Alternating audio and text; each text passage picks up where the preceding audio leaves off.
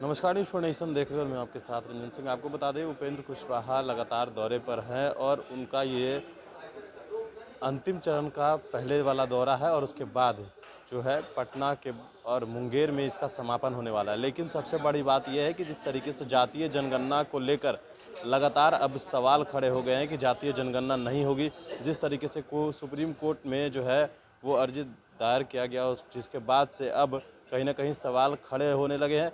उपेंद्र कुशवाहा ने कहा है कि अगर जातीय जनगणना नहीं होती है तो इससे देश को बहुत बड़ा नुकसान होगा और अभी भी नुकसान हो रहा है। लेकिन जिस तरीके से उन्होंने कहा है कि राज्य सरकार अपने खर्चे पर करवा लेगी तो उतना फ़ायदा नहीं होगा जितना केंद्र के स्तर पर फ़ायदा होगा। सुनवाते हैं आपको उपेंद्र कुशवाहा का बयान। जो है असमानता में विश्वास रखते हैं और बैकवर्ड विरोधी हैं। बैकवर्ड विरोधी है, उनसे सर्टिफिकेट नहीं चाहिए हम लोग। सब लोगों को मालूम है कि जनता दल यूनाइटेड समाज के उपेक्षित वर्गों का हित चाहने वाली पार्टी है और उसके लिए निरंतर माननीय मुख्यमंत्री जी सरकार में रहते हुए अति पिछड़ों के लिए कितना कुछ किया है। अभी ग्राम पंचायत का चुनाव चल रहा है, सब लोगों को मालूम है। जब उनका शासन था तो एक पंचायत का सदस्य नहीं बन सकता था, जिसको मुख्यमंत्री जी ने अधिकार देकर जिला परिषद का अध्यक्ष बनाकर कलेक्टर के सामने कुर्सी पर बैठाने का काम किया है। तो हर तरह से पिछड़ों के लिए, दलितों के लिए जितना कुछ हमारी सरकार कर रही है और पार्टी भी उसी उन्हीं सिद्धांतों को लेकर चल रही है, तो उनके सर्टिफिकेट की जरूरत नहीं है।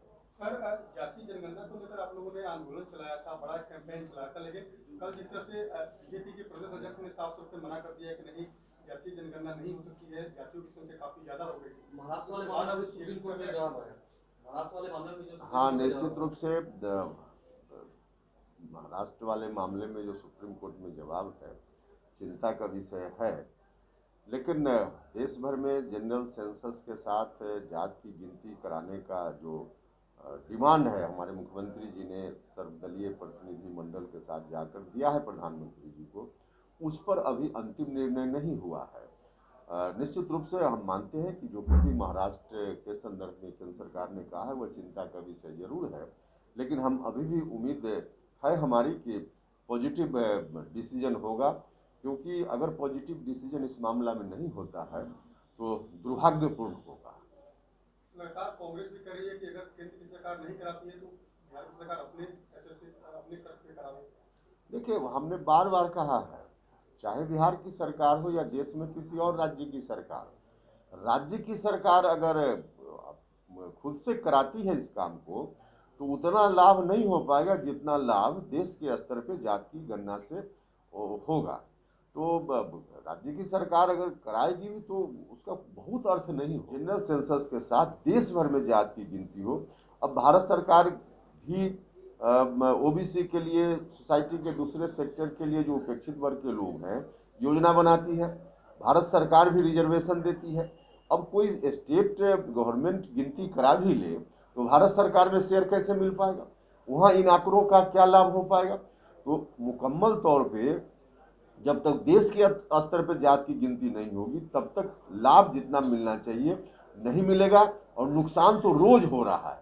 इस नुकसान को रोकने के लिए जरूरी है कि इस बार जात की गिनती होना ही चाहिए। सर, आप बिहार विधानमंडल में जब 2 बार इस प्रस्ताव को सर्वसम्मति से पारित कर दिया गया, आप जब बीजेपी के प्रदेश अध्यक्ष संजय जायसवाल कह रहे हैं कि केंद्र सरकार का ही फैसला सही है, तो इसे कैसे देखते हैं? बिहार में बीजेपी पे डबल स्टैंड ले रही है।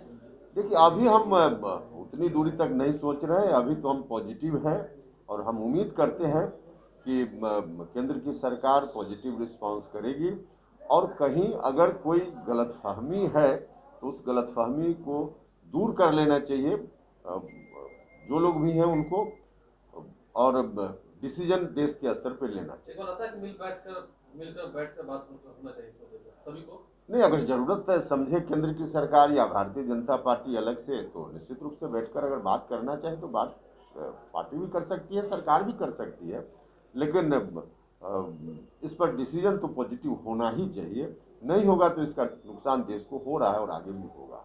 मुकेश सहनी का सर बयान है, अरे ये सब तो कहने की बात होती है। 4 करोड़ देंगे या 10 करोड़ देंगे, बहुत सारा काम है गरीबों के लिए। तो अगर किन्हीं को देना है तो देना, उसमें कहाँ कोई रोक है। एक काम नहीं है, सरकार के सामने तो बहुत सारा काम है। तो उसमें अगर कोई देना चाहे, गवर्नमेंट को डोनेट करना चाहे तो वो करे, उसमें कोई रोक तो है नहीं।